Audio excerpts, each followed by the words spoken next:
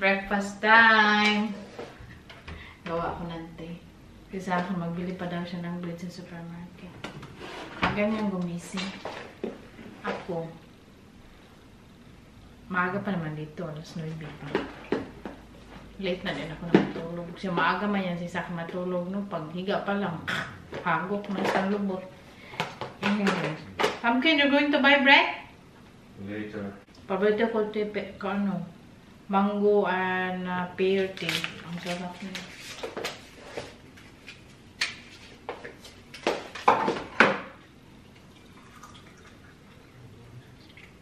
Ako na lang magbili ng bread. Uy, busy pa naman siya. So, ako na lang magpunta sa supermarket. Malapit lang naman. Kaya lang, malamig na yung tea ko. Dubulak talaga ni Mr. Takot siya na may makapasok. Pero ano naman, no? Safe naman dito. Kasi pag hindi mo i-open doon sa labas, wala din makapasok. Ah, grabe naman sa akin. Hindi man ma-open. Ang ingay dito eh. Doon lang yan sa amin, no? Tapos yung supermarket, nandito na mga chinilas. Bili akong chinilas, be. Gusto kong chinilas na to. Maganda. Nasira na yung chinilas. Ako masyadong tao. Nilalamig ako dito sa supermarket kasi may aircon ba yung katawan ko. Parang hindi nasanay na may aircon. Yung mga discounted nila na fruits. Melon. Bili sana ako ng melon. Mamaya na lang. Kay mabigat. Doon tayo sa may mga bread nila. Diba? Bread is life dito. Kay daming bread. Pero dito ako yung fresh na bake nila.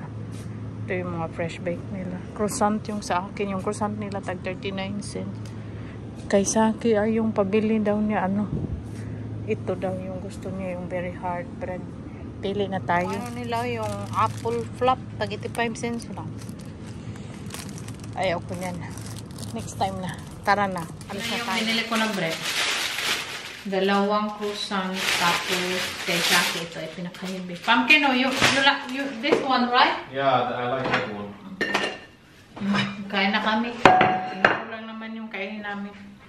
Croissant lang. Yung bread tapos cheese.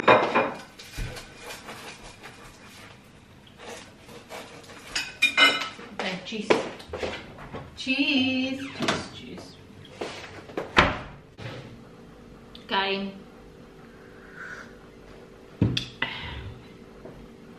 Isaki busy pa siya.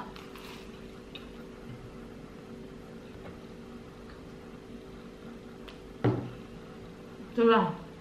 Ito na yung breakfast ko. Isang croissant tapos may syrup ako kahapon na. Very dry naman to eh. Hindi ko alam pakain ito ba to. Ano naman ako. Walang katapusan tong laba. Katapos nito, magpunta ako sa butcher. Kung wala silang wala silang stocks na parang pang lechon, mag-order na lang ako. Sana meron para madala ko agad. Pero normally dito, magano ka talaga i-order mo ba? Kasi yung mga tao dito, ayaw nila yung balat ng baboy. Yung ano lang ba, kinukunan talaga nila ng balat. OTD for today! OTD naman. So, yan lang yung suot natin. Ito yung nabili ko doon sa yung outlet. Tag 5 euro yata to. Ito. Kasama yung pants na sinuot ko din na orange. Very complete siya. Very lawlaw. Ganda maglakad dito. Nakaka-relax. So, I'm happy to live in this city. Very small na city but very quiet, peaceful. Tapos kung mag-bike ka din dito, magtabok, mag-cross the road. Ano talaga, maghinto talaga yung mga sasakyan. Kasi yung bike, talaga yung may right of way yung bike. Kaya very handy dito pag mag-bike. So, pag ka dito, mag-drive, very talaga pag mag-drive kasi yung bike may right of way, maghinto talaga all the time. Daming boto eh, nakaka-relax. Ito nang kadate ko, ang gwapo. I'm so stupid ba? You lost your key? Yeah, I lose. I'm so stressed. Na-stress ako sa kakahanap ng key ko sa bike. You got a spare one at home? Yeah, I don't know if I still have one. I was so stressed trying to find it. I couldn't find it. Kasi papunta sana ako sa doon sa butcher. Tapos sabi sa akin, antayin ko daw siya. So nag-ikot-ikot ako dito, naglakad-lakad. Tapos nagpasok ako dyan sa hanim. Ay, nawala yung cake ko. So yan ang bike ko. Balikan lang namin yan. Hanapin ko pa. I will try to find the spare key at home. But first we need to go to the butcher. Tara, let's go. Nainis ako sobra. Nainis ako sarili ko. I'm very clumsy ba? Tara. I'm gonna ride. It happened to me as well. Yeah. They found it. Wow. Nakita nila. Tara, let's go. Lucky. Nakita nila. Nakita nila yung sultan ng bike ko. Thank you, Pumpkin. Papunta na sana kami doon sa butcher. Sabi ko, balikan ko baka nakita na nila. Yes, I'm so happy ba? Yeah. Tara na, let's go. You still want to come with me? Yeah. Okay. Grabe eh. Na-stress talaga ako kanina. Kakahanap ba? Kaya, kanina nagbalik na ako, no? 3 beses na ako nagbalik. Now, we come here for nothing because they're on holiday. They reopened 29th of August. Yeah, tara na, let's go. Forget about it. Nag-holiday sila, so. Look at that. Pumunta pa kami dito sa malayo. Tapos wala pa yung cake ko. Buti na nakita. Tapos wala din. Mag-uwi na lang kami. Ay, kaya grabe yung init yun. Nagsiniso na yung baga ko. Ang layo pa namin binayag dito. Uwi na kami. Sakyo, magpatunga. Yun na siya. Gahi kay ulo. Magpadaplin na nasa tunga. Ayaw ko nang magluto. So magkain lang kami sa Greek ko. Sabi ko kay Saki, pagod na ako magluto. May mirror pa sila dito. So magkain lang kami dito. Tara na. Cheers. Greek, you love Greek, so we're here. We should go to kuan lagi, Santorini.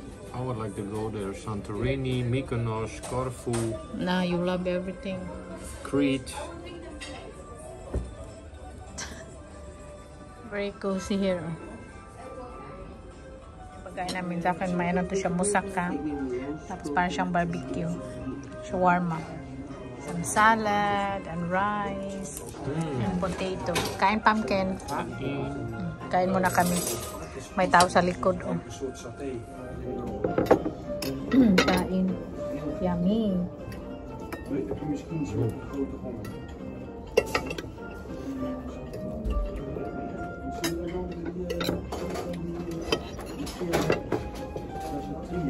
Na-stress kayo na kumain ako.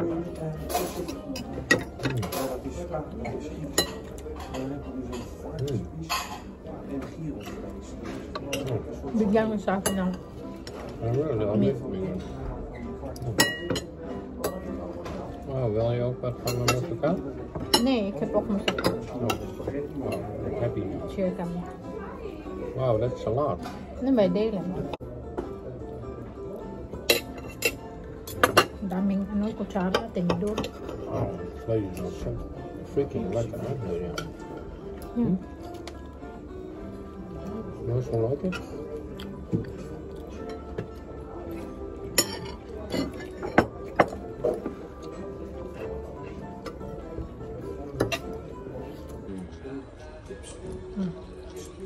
Tapos na kami nagkain, magmadali kami kay yung parkingan ng bike mag-close 7 PM. So ngayon 6:50. May 10 minutes pa. We still have 10 minutes. Yeah, we're in time. It's quite cold now. We don't have jacket. Daming sipsi oh. May taxi. Hindi kami sumasakay ng taxi dito kay sobrang mahal. Bahay na tayo. So kanina nag-soak ako ng chicken. So hindi man naluto kasi kaya kami sa labas. Marinate ko na lang natin. Kaya ng chicken tikka masala. So i-marinate natin. Kung gusto niyo ang chicken tikka masala, gawin niyo ito masarap. So i-marinate natin siya overnight. Sana ba yung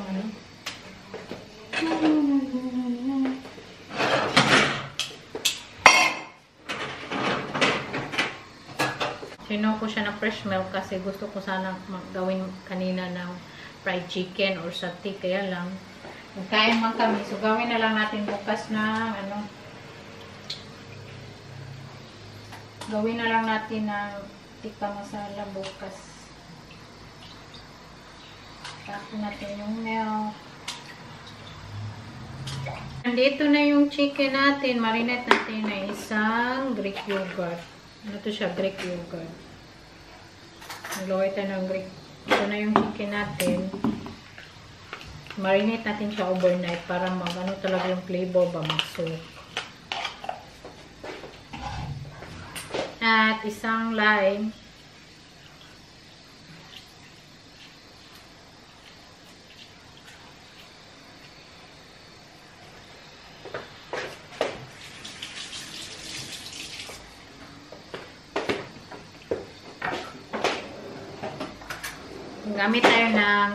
Gagamit tayo ng garlic and ginger paste.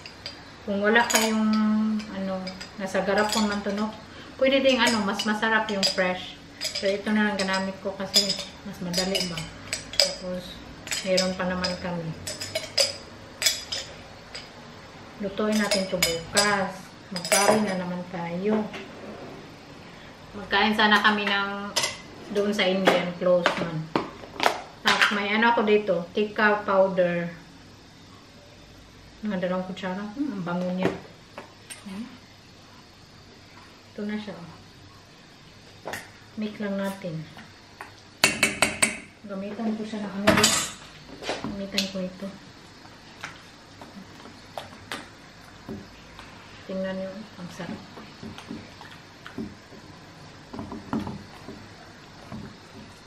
Busin ko yung lime. Ang bango. 1 lime yung ginamit ko. Natin overnight para yung talaga susuk yung flavor niya. Yan lang. Sarap nito. Sa akin, naligo agad siya pagdating namin. Maya na ako maligo eh. I-erase ko muna yung paa natin. Yung bintik ko ba. Yan na, ilagay natin siya sa ref overnight. Masarap yan. So, ilagay sa India na pagkain, gawin ito. Very masarap talaga. Hindi kayo mag-disisi. So, thank you so much for watching everyone. See you again tomorrow. Lutuin natin ito bukas at pakita ko sa inyo.